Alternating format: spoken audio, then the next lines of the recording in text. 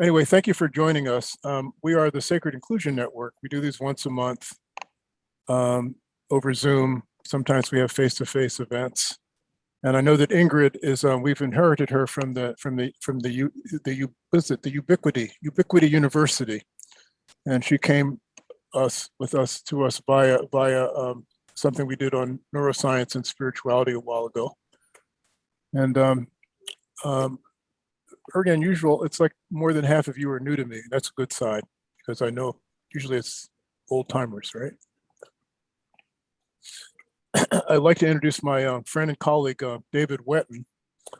He's quite an interesting fellow. He's based in the UK. And among other things, David is a corporate leadership coach, empowers especially corporate leaders. He's also an interfaith minister, and he's basically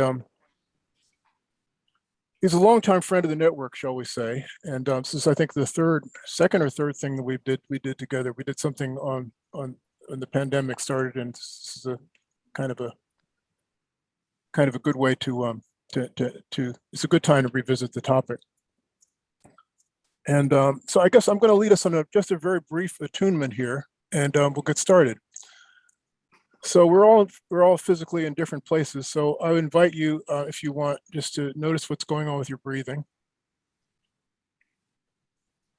If you like to close your eyes, you can. It's not a requirement or anything.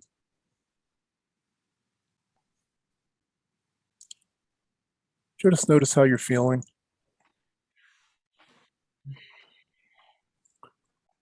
Notice any thoughts that you might be having. Just notice them.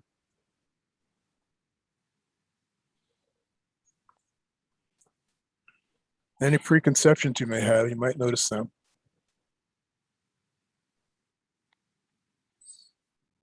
And note for yourself that we're in a moment of being in liminal space, and that we're in between two different things. And none of us know exactly what's going to come afterwards. And all of us have different perspective of what came before, because we come from different places.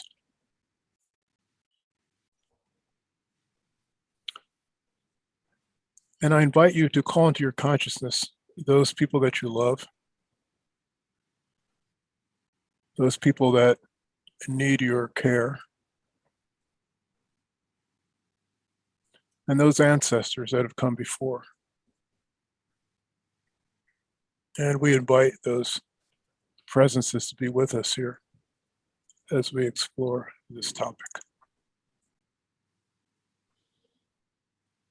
Welcome.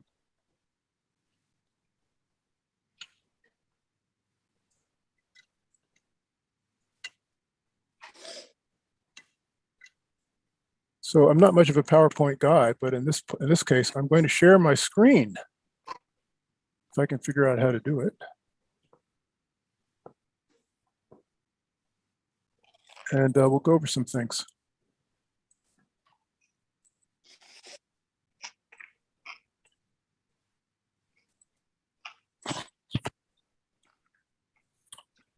So although I'm making a presentation, David's going to come in anytime.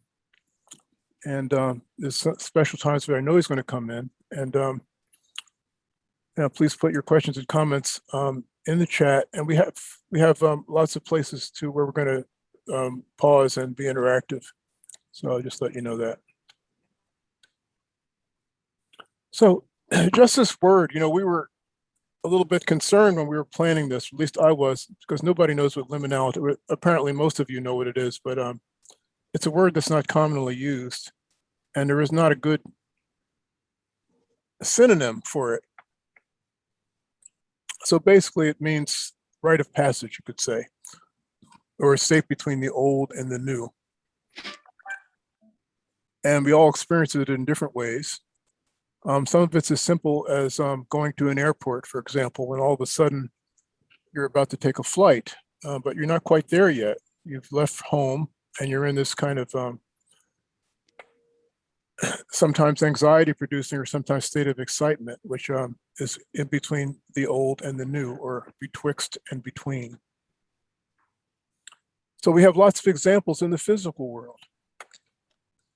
There are stairwells and elevators, waiting rooms, hotel hallways, between borders,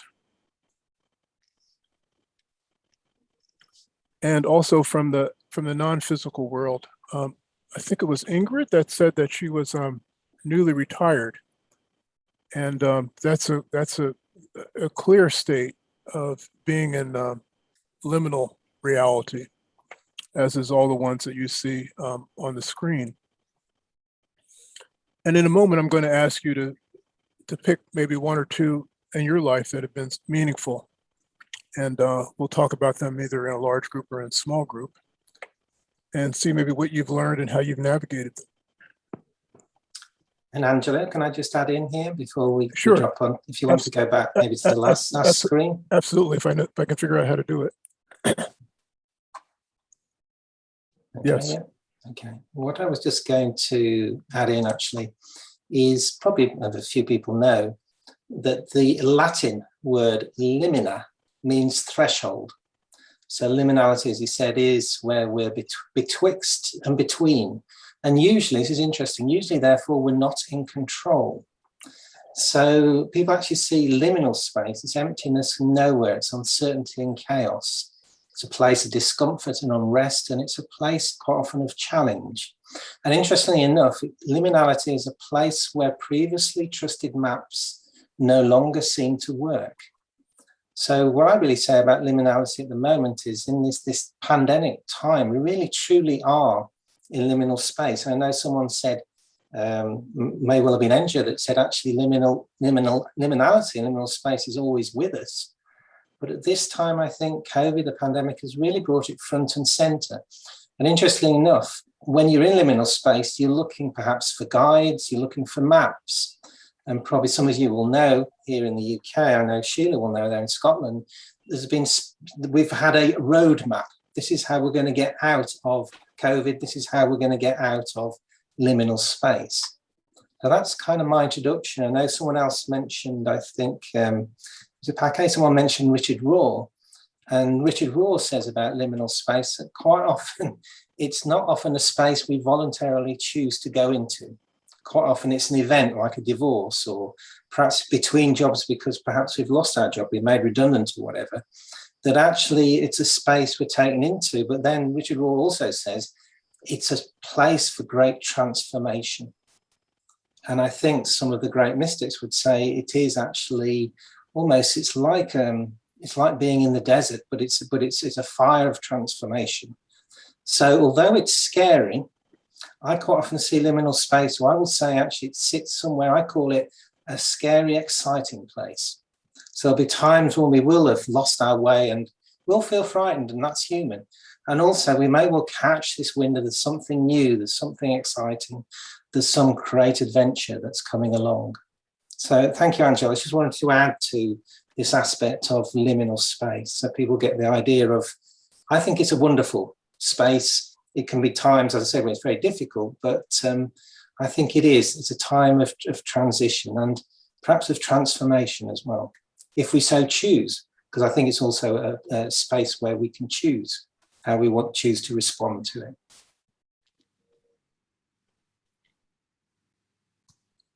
I was muted. Feel free to come in anytime, David. So David talked about this. He's going to talk about a little more because this is not an all-inclusive list, but these are some of the things that are sometimes experienced in the state of liminality. It can be like a loss of identity, for example. A divorce is really a good example of that. If you're a woman and you were old school and you took somebody's name, all of a sudden that's not happening anymore. So it's like, where are you? Who are you?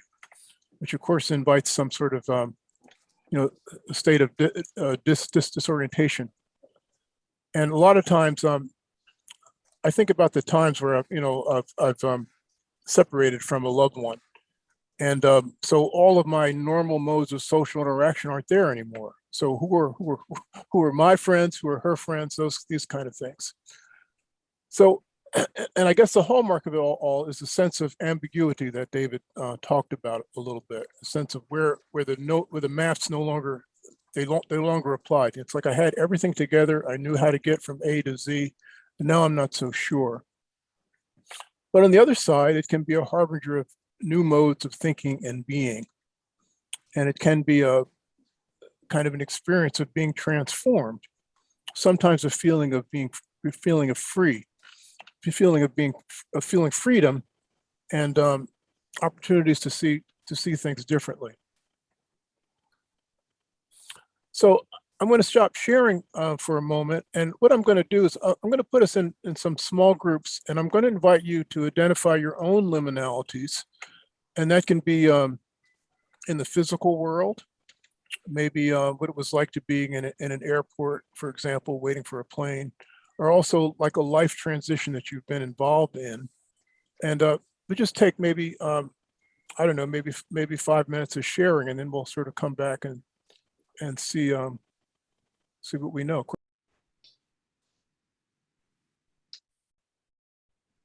So just take a couple minutes. What was that like? What did you learn? I can say something. What I learned was that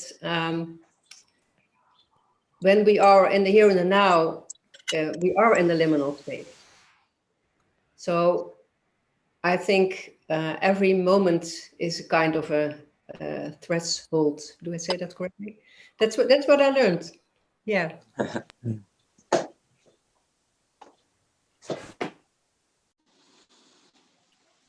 Be nice to hear from a representative of every group, but I won't force it. So I'll speak. It's Nancy.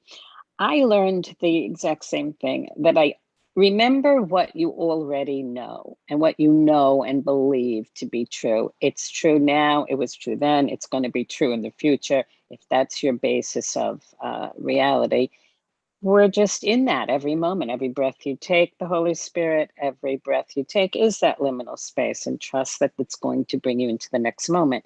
So yeah, I just remembering that that's what it is, and it was very powerful, and I thank you. I learned that this is a group of people I need to hang around with more. So it's just very interesting. Thank you.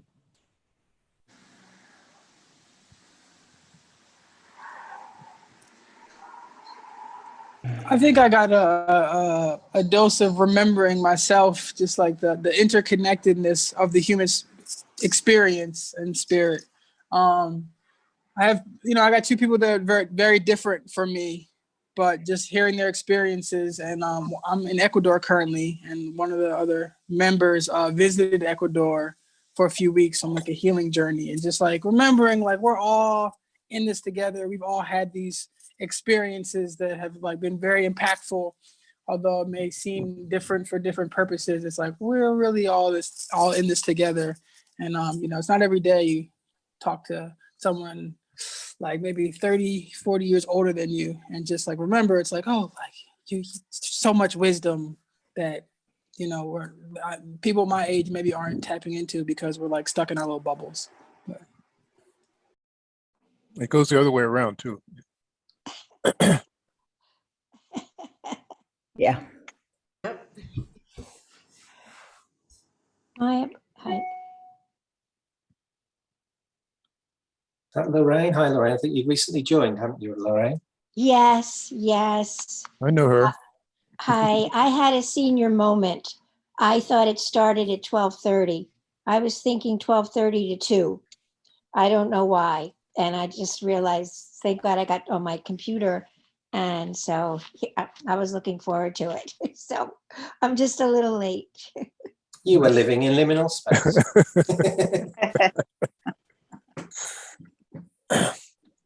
All right, I guess we can move on a little bit unless anybody else feels compelled to speak. Going once, going twice.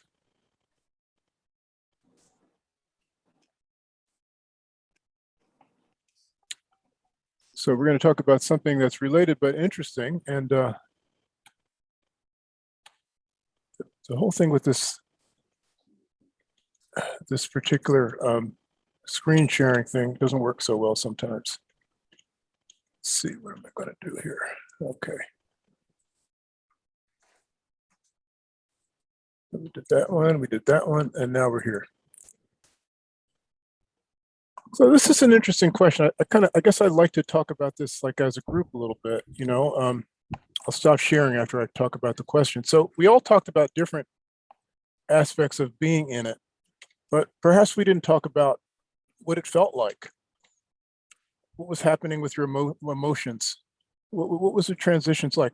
If we could just do like a little popcorn sharing as to what that was like, you know, what it was like for you to be in that space, especially the feeling part.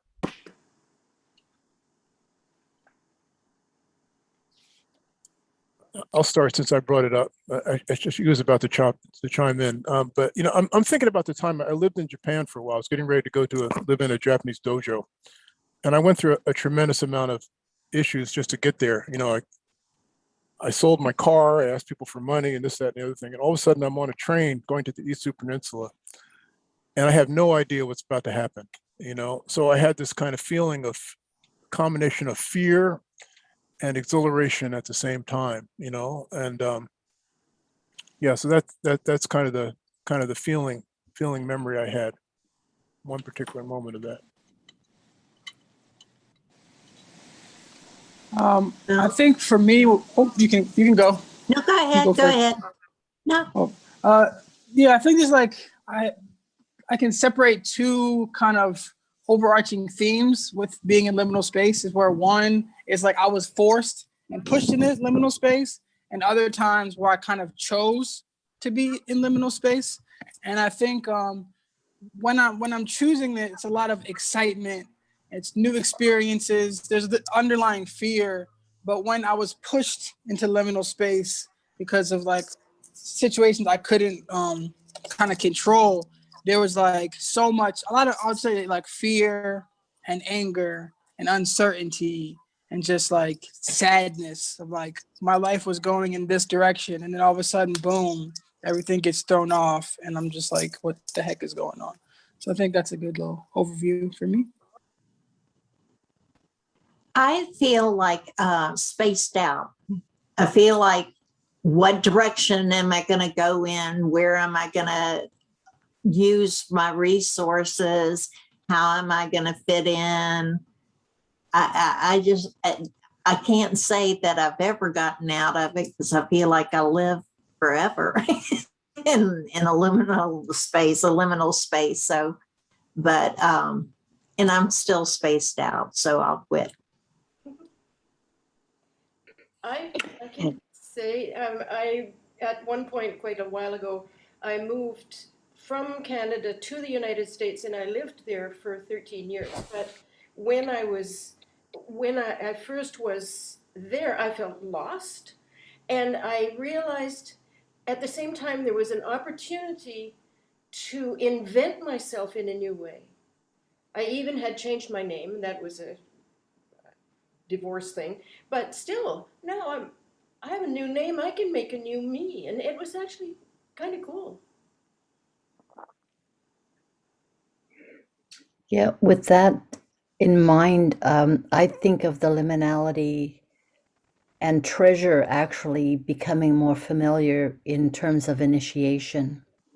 Great spiritual initiations are always so powerfully liminal, and the learning to surrender more and to welcome newness and whatever is being imparted. And so I feel like it's very powerful. It's full of power, and for me always it's been great reward and growth. Yeah, that's very appropriate because we're going to talk about the spiritual aspects of it. Mostly David is, but many of that. Anyone else? Yes, I can continue. When I went to rock bottom in my burnout, it was very, very scary. So there was a lot of anxiety, panic, scary. And when I get more, when I could embrace it, then I felt the edge of the unknown. and that's more exciting. So that's the difference between scaring and exciting. And I also how do you use Enya?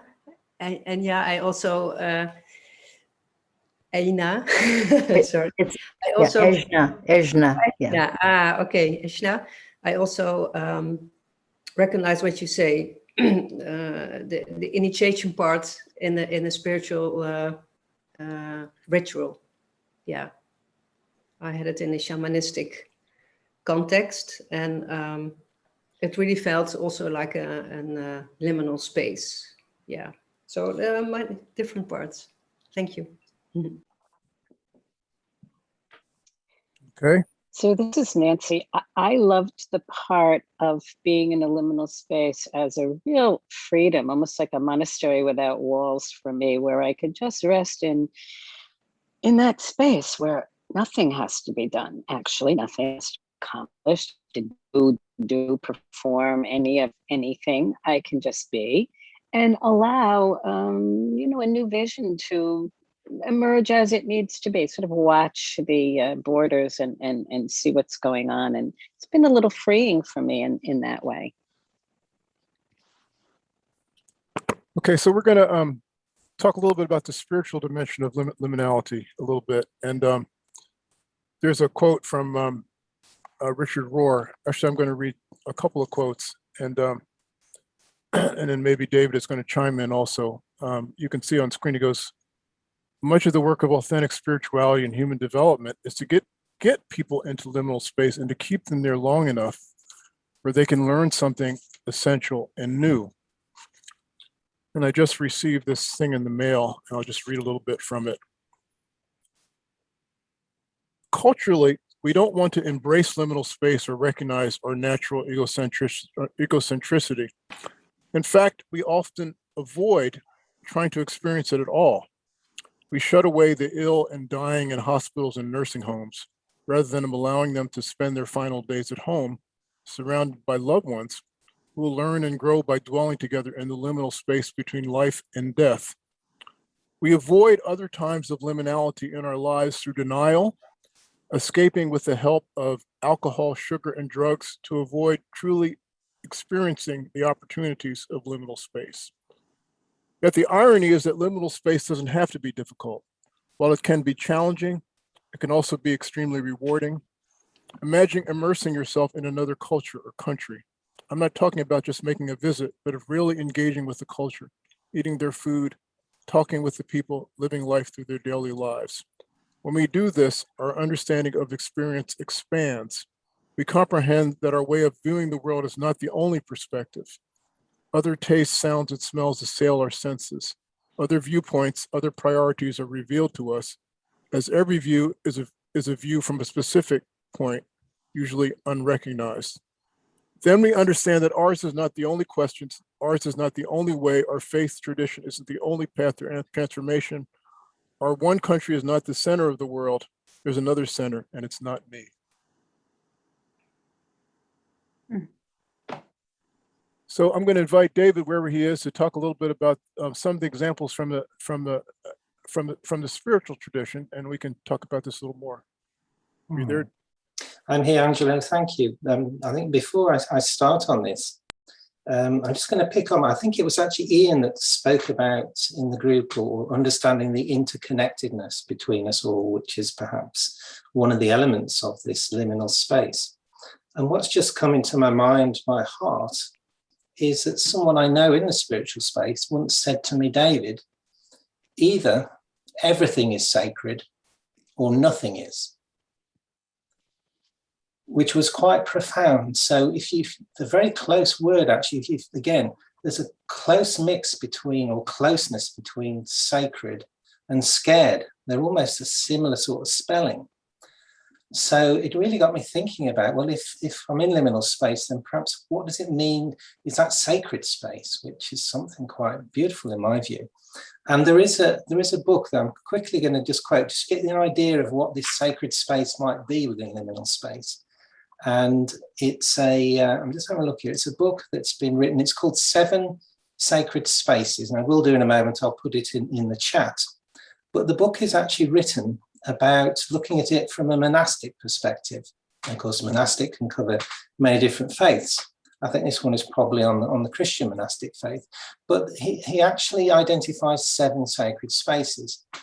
And the point about these for me is that in each of these spaces can be a liminal space, a space of transformation, of learning, of connection with the sacred. And that can be whatever you deem that to be, if it's a God, a spirit, or whatever that is.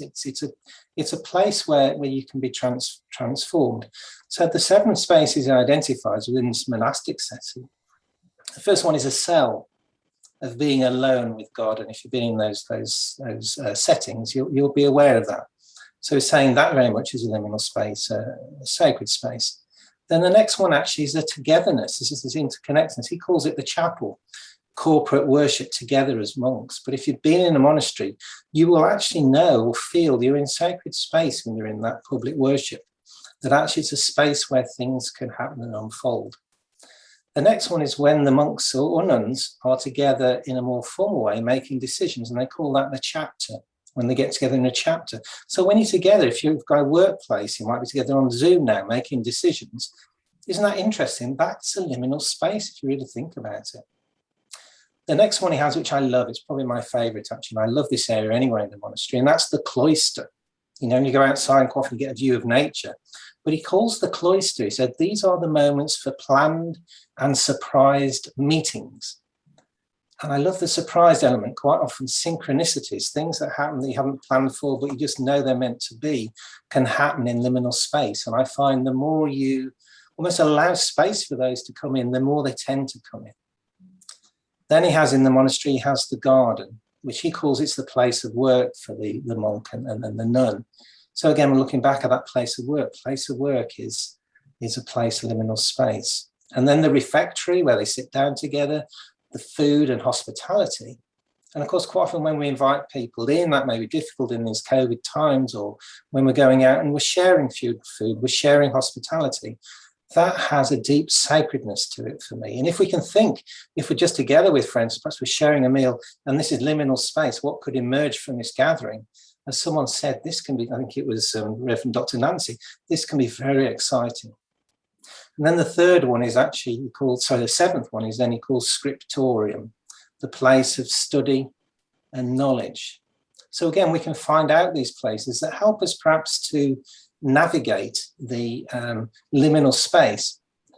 Although I think I was saying before in the group that I was in, quite often if we look at it from the spiritual perspective, this liminal space is almost, I like calling it, it's the Abraham space. Abraham, who's the father of Christians, of Jews, of Muslims. And Abraham's watchword was very much that he was going without knowing. So I think there's an element in this liminal space of actually trusting. And of course, one of the examples which is quoted, and I'll choose one from the Christian tradition, we all probably are familiar with, when Jesus said to his disciples on the shore, he said, "Follow me." Now, he never told them where he was going. I don't think he knew where he was going. But really, there was an excitement. Probably there was a promise there's going to be some change, some transformation along the way. And those that are maybe amongst you are Christians will perhaps have a sense that Jesus, that God, the Spirit, still today calls people into liminal space, to step out in their faith, in whatever they trust, to follow him, to follow whoever, whatever faith may have, into uncertainty, into liminality. And I think one of mine, living in the UK, Sheila may know because she's up there in Scotland, one of my great passions actually is the Celtic Christian tradition. And they had a great tradition of actually really truly embodying a living in liminal space. And one of their sayings was, which I absolutely adore, is for liminal space, what they used to say, and they used to do this because the Celtic Christians did not have fixed churches where they would go every Sunday. They would follow the Spirit. And one of their sayings was, let your feet follow your heart. And that is profound in liminal space. I'll give you a quick example of that. In that I was once on a Buddhist retreat, a day retreat, And I sat next to a young woman and she was speaking about the options and what she was doing. She was in liminal space. She was in a time of change. And she was speaking about how she could do this, how she could do that. And I just said to her very gently, I said, I shared this, let your feet follow your heart. And I said, where do your feet choose to go? How are they going to follow your heart? And it stopped her and she thought about it. And she said, she was in England, but she said, actually, I want to go to the States. She said, my partner is in the States and that's where I truly want to go.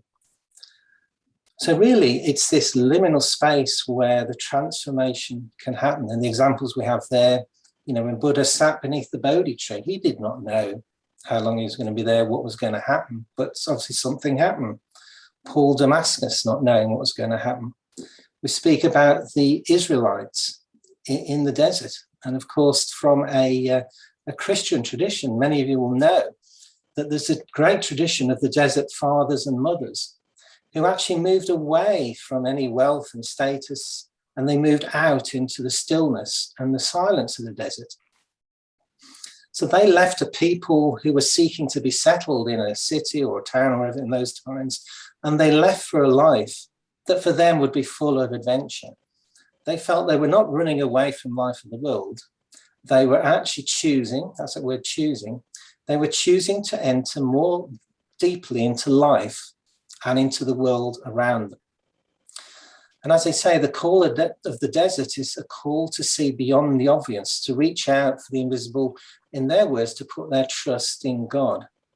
And they said the desert is not a hiding place, it's a place where all is revealed. And if this desert is a place of pruning, a place of reflection, a place of looking at myself and then moving out, it's actually doing that in a hope that this pruning provides a life that may blossom and grow in the right direction, which I just think is tremendously empowering. I've also said actually this liminal space, all of the spiritual giants, and so Angelo gave the quote from Richard Raw that actually much of God's work is to get people into liminal space, to keep them long enough there so they can learn something essential. When you take that on board, it may well be something that I've been thinking about, when actually perhaps COVID has really come here to actually, it's thrown us all together back to Ian's interconnectedness, the whole world into liminal space. And if it's the ultimate teachable space, then it's a different narrative, because then I'm really wondering, okay, what is my faith? What am I being called to learn here? Who am I being called to be with? Where am I being called to go? So these great questions that we have can actually come out during this time of liminal space. And perhaps it's when we're in this liminal space, in this time of uncertainty, that we really truly to begin to discover ourselves. And perhaps whatever our faith is in a whole new way. And I remember when I learned to swim, when you learn to swim, there comes a time when you have to let go of the side of the pool. And maybe that's where we are now, perhaps all of us in COVID, that we're at the end of trusting ourselves, and we put our trust in something larger than ourselves. And if I put it bluntly, and I'm sure desert fathers and mothers would agree, there's no time for the ego in this desert of liminality. And I do find the desert analogy for liminality is a powerful one. Henry Nouwen says in his book, The Way of the Heart, we have indeed to fashion our own desert where we can withdraw each day, shake off our compulsions, and dwell in the healing presence of our faith, of our God. And without such a desert, we'll lose our own soul while preaching our known gospel to others. So a sense of actually, rather than fleeing from liminality, Henry Nouwen encourages us to embrace it for its refining qualities. And I don't know about you, but I've had a number of people during this time actually say to me, David, COVID is awful and I've lost close friends, but it's given me time to reflect. It's given me time to go within. It's given me time to actually look at my spiritual practices. So really, I think this liminal space is a great opportunity to really find out more about this person, David, about yourself, about who we are, and then how we are interacting with others, and how we actually want to be in the world, in my language, for the greater good of all.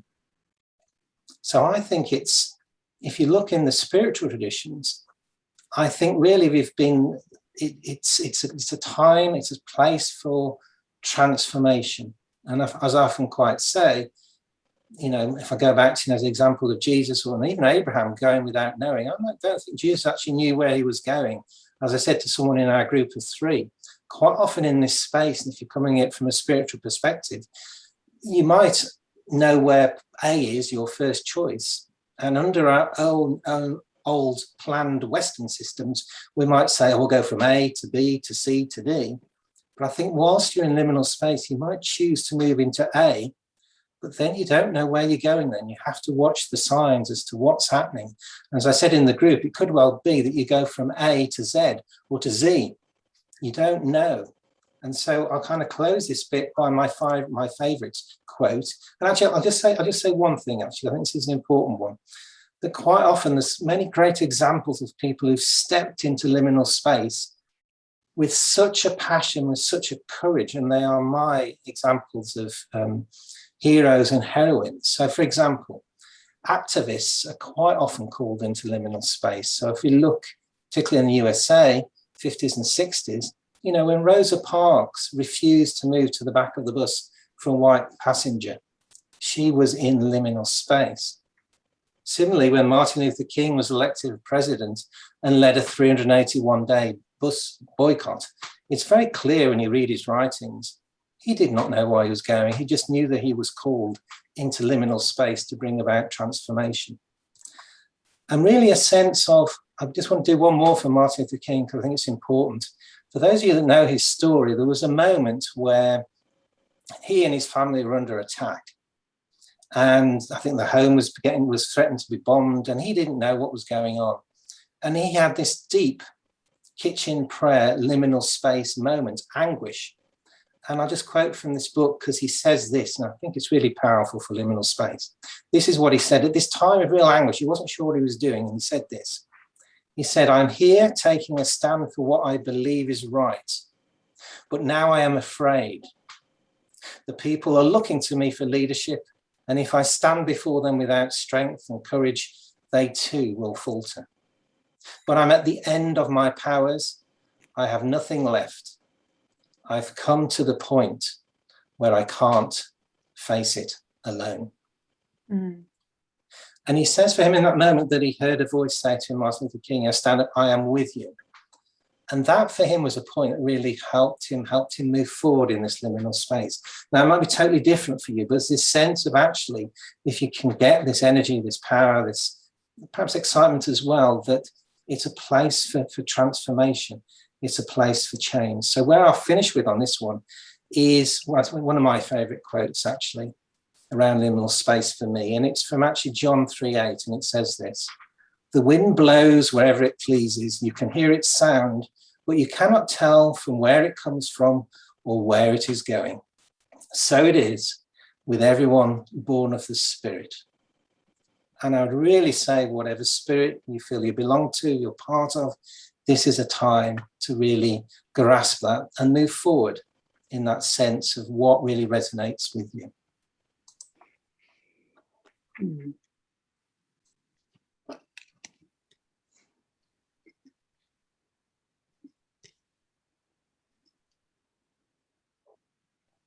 David, I know that you have an example of an artist that maybe you wanted to share with us, embracing liminal space. Yes, I do. Yes. The other, I mean, there's so many aspects to liminal space, and you probably know a lot more of examples than I would know.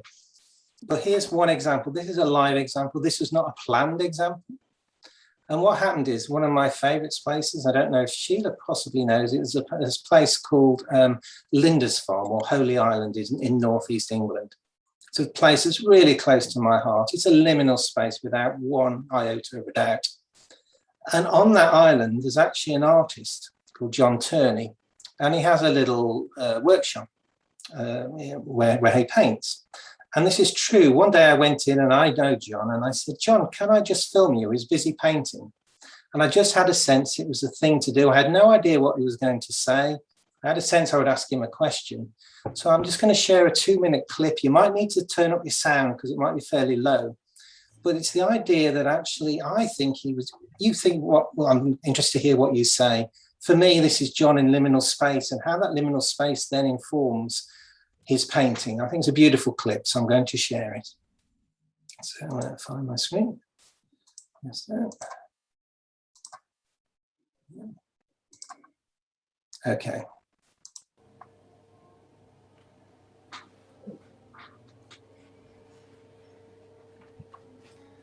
Hi, John.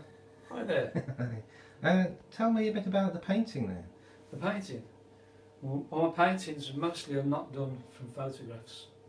I used to do photographs, but I felt there was something missing. And that something missing was something inside.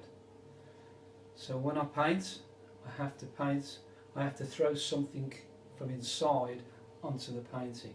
It's not just a paint or a picture. It's a feeling and an atmosphere, and I have to put on that canvas, and I don't know where it comes from. It's come from somewhere, and I think it's been a gift given to me. So taking photographs is like painting with the numbers, but I paint from the soul.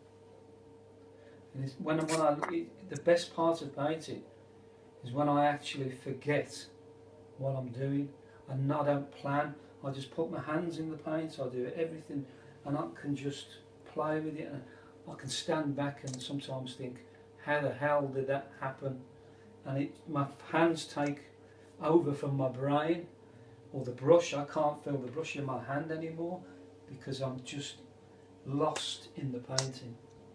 And I believe that comes from passion and love of the island, and something that was given to me 15 years ago. It totally took me by surprise, and now I've just got thousands of pictures in my head, and I can't stop painting Holy Island.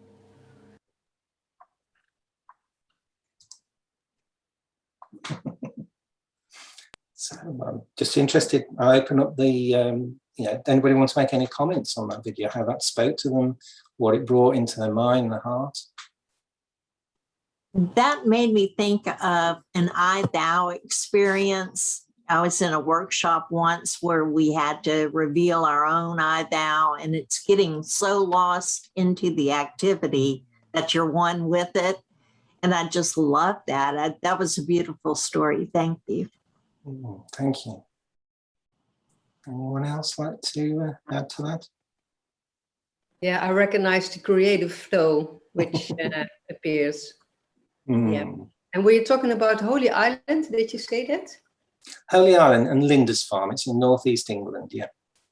Yeah, I was there also. It is Holy Island. Yeah. Wonderful. Yeah, it was.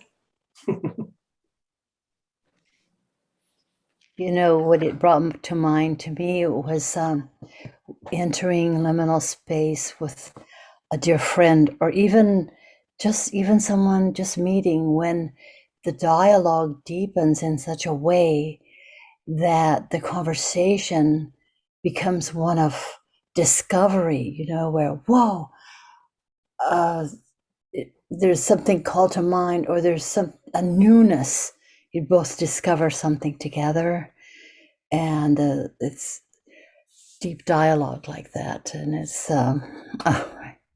treasure, you know. And I feel like this is where humanity is headed. That's yes. Beautiful. Oh, thank you. Yeah, thank you. Oh, and I wanted, you know, when you were talking about the different places, sacred spaces, and there was more sort of the Christian church. Did you mention the baptismal? I didn't hear the first one, but the baptismal would be, to me, a very profound part of that whole, you know, in that theme, because the baptisms that are coming. Anyway, just Absolutely, to share. yeah, totally agree, and I'm sure. Who else have we got on here? It's Reverend. The Reverend on here, the Interfaith Minister, would no doubt agree as well that all of these life events. That's the reason why we have the baptismal, the wedding, the funerals, all of these things, because they mark moments of transition, it is liminal space as well. So thank you for mentioning that. So before I hand over to you, Angelo, the other thing I was going to mention was, and the reason why I often play this clip from John is it's beautiful, I think, how he talks about, it's something he paints from the soul. And I love that. I was kind of thinking, if liminal space, how can I move in liminal space from a context of being with my soul? And he talks about, he doesn't plan it. And I know that. I watched him paint and he said, it comes to me. So that's another thing. And then in his painting thing, he kind of says, his hands take over, it's not his head. And also he says it's grounded in passion and in love. So I think there's just so many great things there that can act as guideposts for this. I think the last thing I was going to say is, I think whenever we're in this sort of space, I think it's really important to listen to what your own heart is saying. I or Angelo or someone else might be saying something, but if you receive something that really speaks to you, then make a note of it, write it down. That's what this liminal space here today may be open for you to write down, not what we're saying, but what is being said to you. Yeah, well, I just wanted to comment on the painter, and he seemed like he was so engaged. Can you hear me? Because yes, I can. Yes, okay, I can hear you, okay. Lorraine. Yeah. Can I see? Can you see me? Can't see you, no. Oh, maybe. Okay. No wonder. There you are. Yeah, we can see you now, yeah. Okay. I had my camera off. I had my camera off. It was the same thing. The woman who just talked before, I feel very engaged when I'm talking with somebody, when I'm sharing with somebody. That was the same feeling that I felt. I guess I'm a very people person. And when we communicate and we're sharing something, when we're on the same wavelength, I also feel engaged. So I just wanted to ditto what the woman had said before me. And I didn't, I think it's the woman who I'm not getting. I think it was Egna. Yes, it was Egna. Yes, it was. It was that really hit on me the same way. So okay, there I am with my wet hair. Okay. Yeah. Go ahead. Watching the clip of the painter, I hadn't thought of this before at all, but it's like music. I am a musician, and I never thought about, there are different ways I describe I'm a flute player, early music, recorder, baroque flute, but it doesn't matter what kind of music, but when you really, when you're really, really in it, everything else goes away. And those moments are not constant, not every single time that I'd be playing, or certainly not every time I'm performing and stuff, but when it happens, you sure know.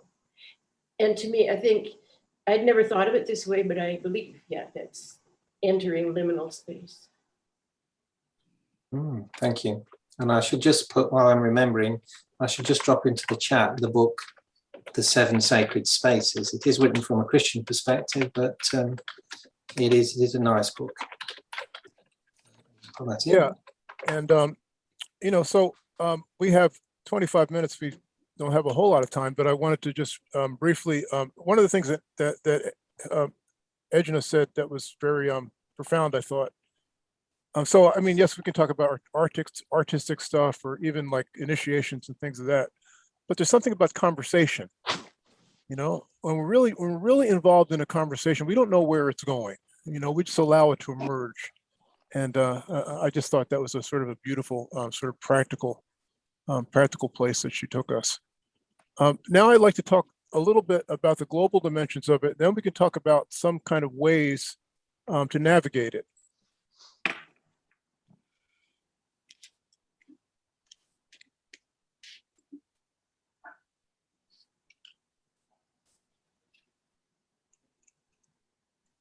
So here's another quote from our buddy Richard Rohr. He says, "It'd be difficult to exist in a time of global crisis and not feel caught between at least two worlds, the one we knew and the one to come. Our consciousness of future generations has been changed. We cannot put the genie back in the bottle." So you all know. And Angelo, Yeah, sorry, go ahead, if I just make just very quick point actually. This is again, I'm just going to pop something in the chat because those may or may not be aware that we mentioned Richard Rohr a few times today, and he speaks about it. So I'm just putting in the chat. There's a little book that he's done which draws on insights from a number of people. It's called The Wanting, but it's all about liminal space, and it's a fabulous read. So I've popped that in the chat. Yeah, and what is it called? The Centers for Contemplation. I don't remember the name of Center for Action and Contemplation.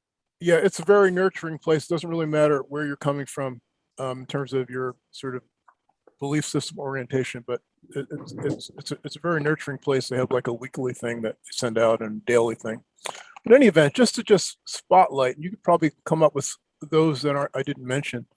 I actually put the pandemic as an afterthought, but but it's just really like a lot of different things are happening with us right at the moment, you know. And I just sort of mentioned them like on the screen, and so the question gets to be, all right, so all these things are converging.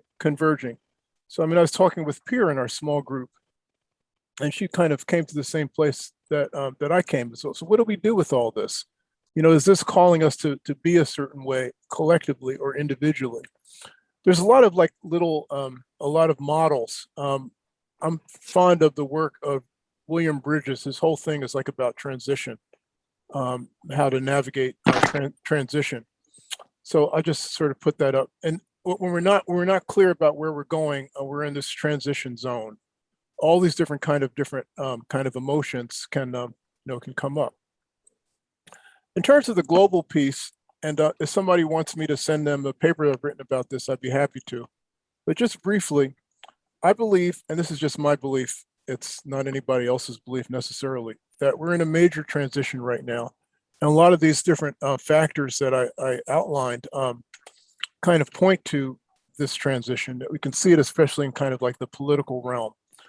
And that's from a tribal way of being in the world to a more universal way of being in the world.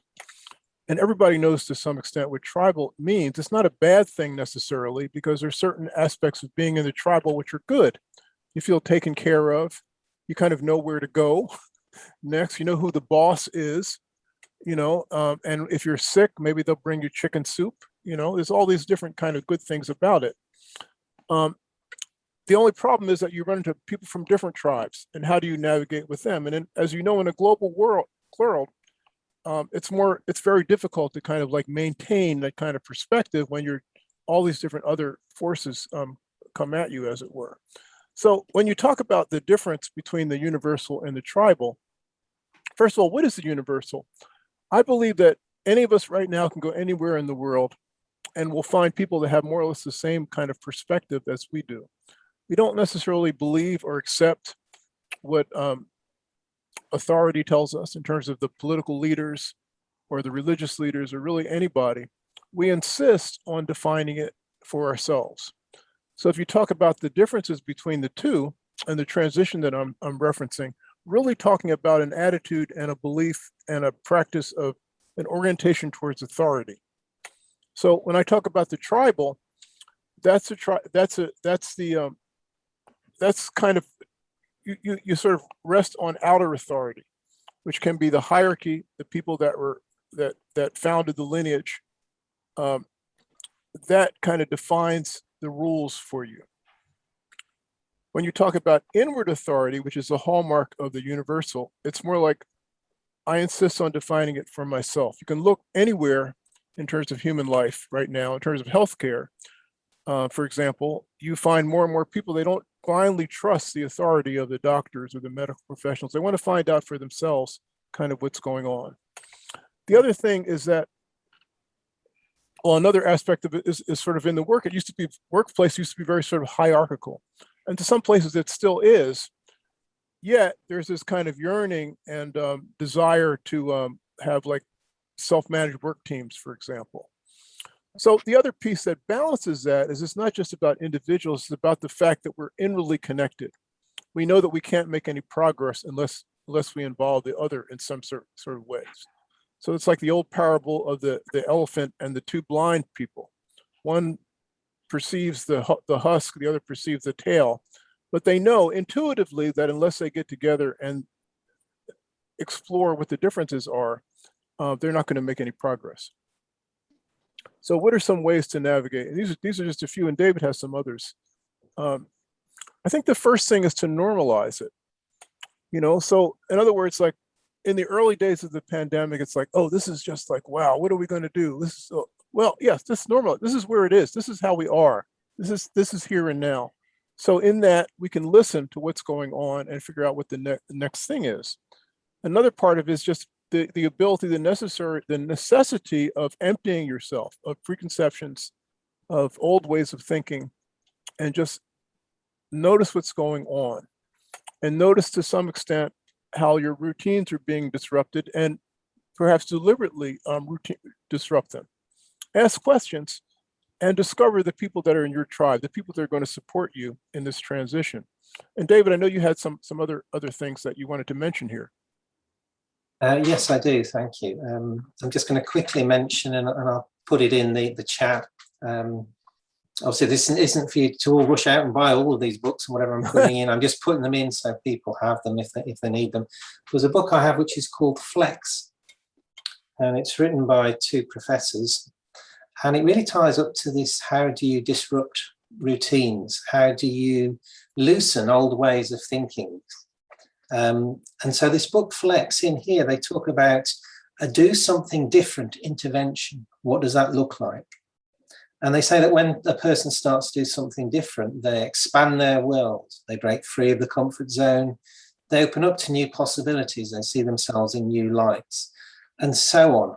And within this book, they actually give certain examples, and they actually take it in small steps. So just having a look, actually see some of the examples. So some of them are very just very sort of straightforward, simple examples that they call upon. So it might well be actually just the examples such as you always drive to work the same way, always do something different way. Drive a different way into work. You may well always sleep on the one side of the bed, sleep on the other side of the bed. And they give very simple, straightforward examples of where you can actually try something and do something that moves you into a zone which perhaps feels uncomfortable. So, for example, whilst the restaurants thankfully are open here in the UK, they were saying, well, actually, choose to go as just a single person into a restaurant, order a meal, don't take your phone, don't take a book. That can be extremely uncomfortable. Place yourself, in our language, into liminal space. And then they say, reflect on how the experience was for you. What have you learned?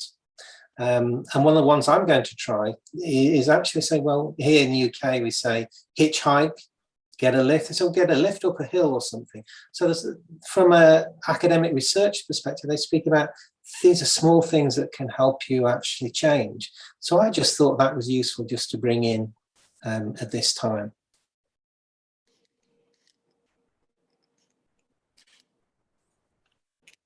All right, well, I hope all that was useful. I think what I'd like to do in our last 15 minutes is just open it up to really talk about maybe the global aspects of this. So, I guess hopefully we have an idea, or at least some idea, as to maybe ways that we can navigate this a little bit more effectively for ourselves. But what does that mean for us as a collective?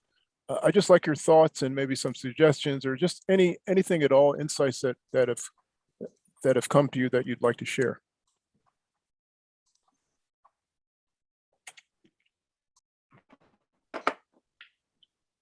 I once went to a dinner party 2 years ago, and I wasn't happy at this dinner party, and I decided to leave without any thought about when the buses were going to take me home.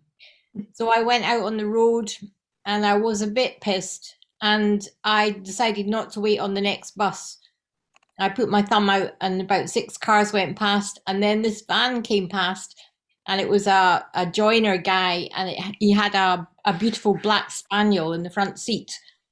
And he said, are you going to North Berwick? And I said, yes. And I said, are you a rapist? And he said, no. And I said, I like dogs. And he said, you're very welcome. And he took me home. And it was like death at the dinner party and life in this van. So David, thank you very much for reminding me that hitchhiking in Scotland is still potentially doable with great results. Thank you. I love that story. Thank you. But I wanted to come back to the oneness of our human family, because the majority of our human family is in great suffering, and it's liminal, because they don't know, like those who are in migration and those countries there where their whole economy is collapsing. It's not just Afghanistan, it's, many countries around the world. So and that we're all being affected, we're affecting one another. And so how to take more responsibility, ability to respond to bringing the true power, our collective power of our divinity, of our true nature. So I just want to just put this forth. That's mostly, as we're together, and because we would not be here if we did not all care. I know this. Yeah. Thank you.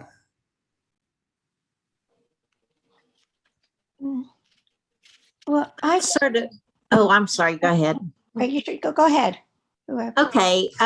My prayer every single day, every single moment of every single day is looking at this time as a new axial age where, in 500 years, there's going to be a whole different worldview for the whole world. And I just hope that we started with the pandemic and we're all affected as a whole species.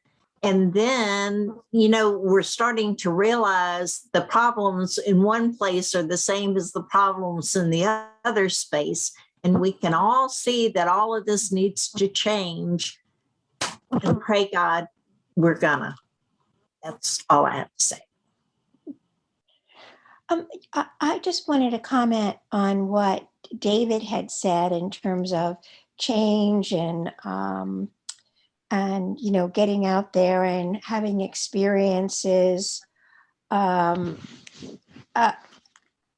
I think there's, that's all well and good, but you also have to look at the kind of person that you are. If you have to accept the fact there are people, and you have to look at who you are. I tend to be, and I think a lot of people are like that. I'm an introvert. There's only so much interacting I can do. So I don't want to lose that part of me either. I think it's too much to say, well, let's do this, let's do that, let's find out who I am, let's change. But there's that other part of you too, who is more introspective, or just wants to sit on the couch and look at the damn tree outside. That's okay too. So that was just, I don't know, another part of that, getting out there.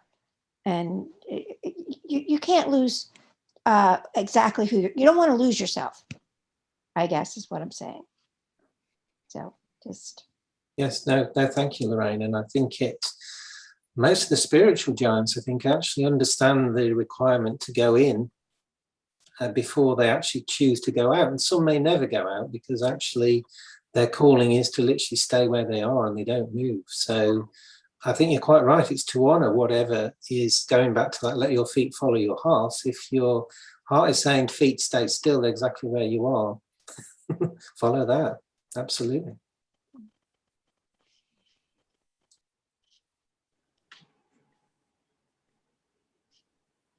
I'd like to share that I find out in this meeting that the quests I initiate with my clients, that they go on a quest, a mini quest in nature by their own. That it is a liminal space they go in, and so it's nice that I see it now. That's the maybe also the reason why I was called to be here. And literally you can follow your feet then by your heart. And maybe it's nice that people, it's a paradox because it's also a formula to go into a quest. There is a beginning and there's the ending. It's kind of a ritual, but in that space, there is a holding space. You can experience the liminal space, and you can be called. Well, I'm not so good in English, so I'm searching for the words. So you can hear then what you are to be called to. Yeah. So I think it would help when there are more forms like that for people to get used to the liminal space. Yeah. Thank you, Ingrid. And I think you raised an important point we haven't spoken about yet, so I'll just mention it briefly. And that is the role of pilgrimage in liminal space, because quite often people will go on a pilgrimage and they probably don't realize they're taking themselves into liminal space, because they need time to think, to reflect. And sometimes they're going towards a goal, the destination, but it's the journey. You know, that saying, it's not destination, it's all about the journey. And I know people here in the UK that have done the Camino, which is across Spain, many miles, many months, walking. And they have done that, as we've spoken about, points of thresholds they've crossed. So I've known people when they've been made redundant, and perhaps a redundancy package has said, I don't know what I want to do now, but actually I'm going to go and do a pilgrimage. I'm going to walk. I've always wanted to walk the Camino. I'll go and walk the Camino. And I know those that have done a pilgrimage do come back transformed and see the world in a new way. And a pilgrimage doesn't have to be 3 months a walk. It can literally be half a day to your local whatever calls to you. So I hear you with asking clients, it can just be a walk into their wood, but a pilgrimage really is somewhere where I'm called to go, where actually it intentionally allows this space to arise literally around me, inside of me. And going back to what Lorraine said, that might well be indoors. It could well be, I'm going to have a pilgrimage just where I am. I just want some space to just be with. So thank you for talking about that and reminding me of the power of pilgrimage. Yes, thank you too.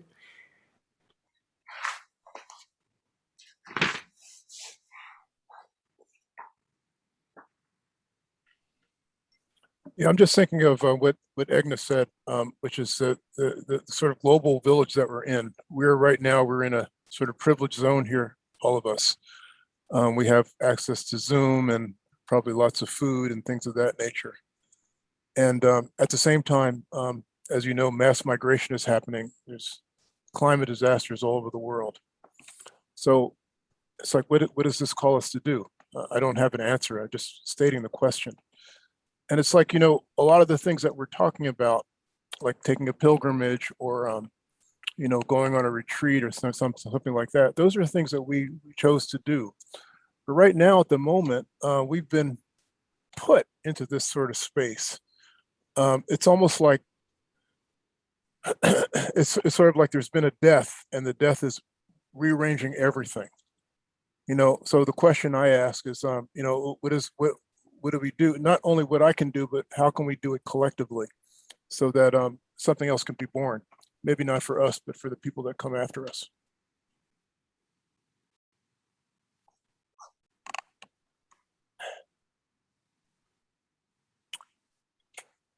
Last thoughts?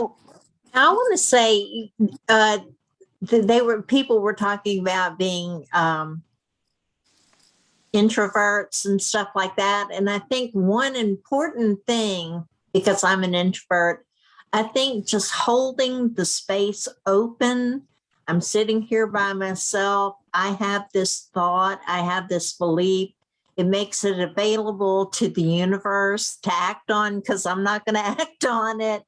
And I just think that's a very important role, is to hold the space, is to hold the possibility, is to hold the vision. And I pray that I'm doing something by doing that. But, you know, outwardly, I facilitate a program for Pachamama Alliance called Game Changers Intensive. And that's my way of reaching out to the world to make them aware, hey, wake up. So but I got to hold my space. Thank you for that. I know the Pachamama Alliance, and I really agree with you. And whenever I visit the number of religious communities I visit who are like, they have perhaps convents or monasteries or Buddhist spaces or whatever they are, I always thank them for actually holding the space, because quite often they're secluded there, but I just have a sense they are holding space for all of us. And I would include you in that as well when you do that. So thank you for that. I love that, Becky. That is so beautiful. And it reminds me of the line in the Lord's Prayer, thy kingdom come, te te malkuta, as it is said in Aramaic. And the malkuta were the tribe of women who held the vision, who went and looked and searched for the higher land, higher ground, where now to cultivate, where do we take our tribe to live in peace and harmony and abundance. So holding that vision, holding that space for the vision to arise, for the Te Te Malkuta, for the kingdom to come, I think it's a beautiful thought, and thanks for sharing that.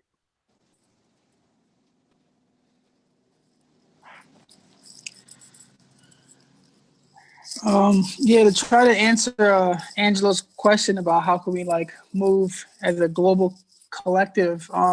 Honestly, I feel like I don't know if we can or how to go about doing that. Because it seems that so many different people are trying to move in so many different ways.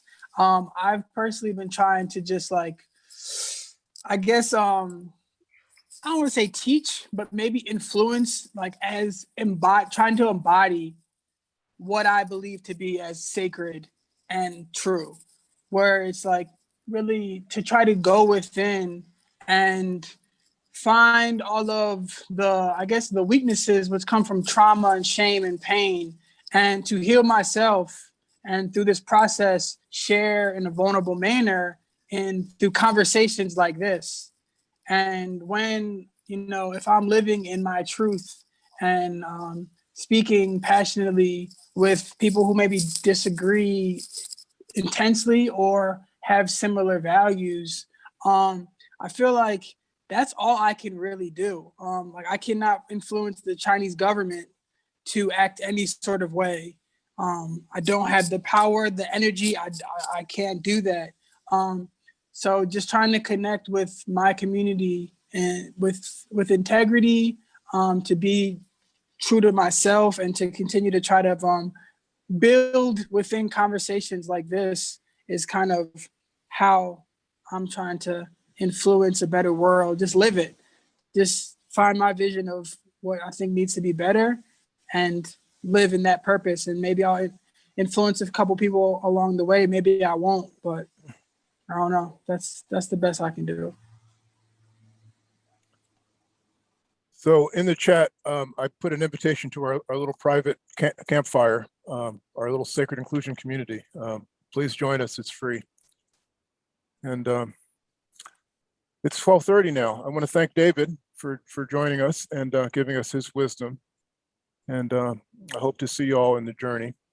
So Angelo, may I just close out with a very short piece in Please a book do, from A David. Desert in the Ocean? And I'll just share, just before I do this piece, I was recently on a podcast called Liminal Theology. So I'm going to put it in here. It's a free podcast. I'm on there. There's many others on there. So if you feel drawn to have a listen, that's a podcast called Liminal Theology that you might find interesting. What I'm going to share or close out. We've seen John painting on Holy Island. I'm going to share a piece. Sadly, he died a couple of years ago. There was a priest on Holy Island, more of a kind of monastic type priest, but a priest called David Adam. And he's written a beautiful book called A Desert in the Ocean, if you can see that there. David Adam, A Desert in the Ocean. And so he writes it from his Christian perspective. So he uses the term God, but as I always say, feel free to insert anything else in there that really resonates with you. So he says this, and I think it's beautiful about liminal space. He says, I believe that God calls us to adventure, to extend ourselves and to seek new horizons. Our God is the God who makes all things new, and God wants us to walk in the newness of life. A relationship with God will extend our vision, our sensitivity, and indeed our whole life. Whenever our life gets static or dull, God calls us out to risk, to step out into liminal space and to be renewed. And so it is.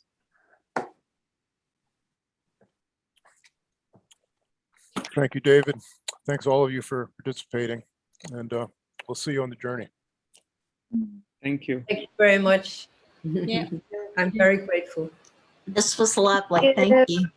Thank you so much. Here's Linda. Thank you, everyone. Thank you. I know. Thank you. Bye-bye. Bye. Thank you.